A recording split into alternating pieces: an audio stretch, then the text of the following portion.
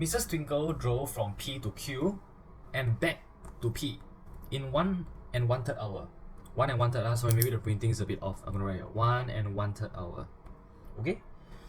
They said that she traveled at a speed of 90 km per hour.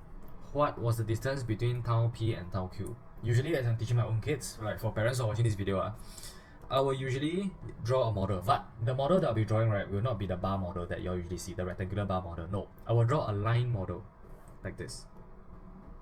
Okay, this one is P, this one is Q.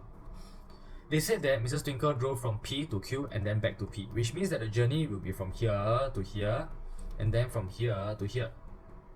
And this entire thing, it took 1 1/3 hour, and the speed is 90 km per hour.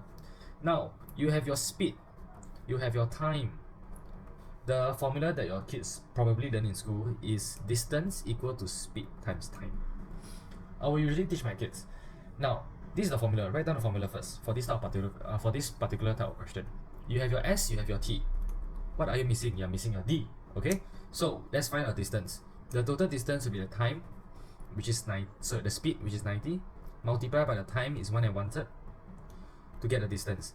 Before you all move on, please ensure that if the speed is in terms of hour, your time need to be in terms of hour. If the time they give you in terms of minutes, right, please convert it to hour. Do not get tricked by them. A lot of my students get tricked, so I'm going to remind you all, please do not get tricked by this. 90 multiplied by 1 1/3.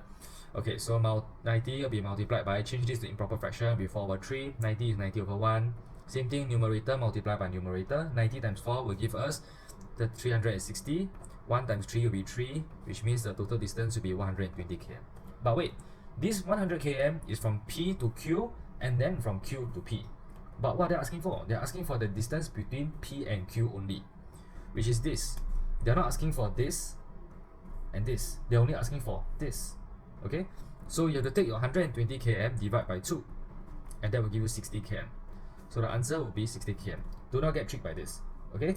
Draw the line model and it will serve you very well for most of the speed time type question.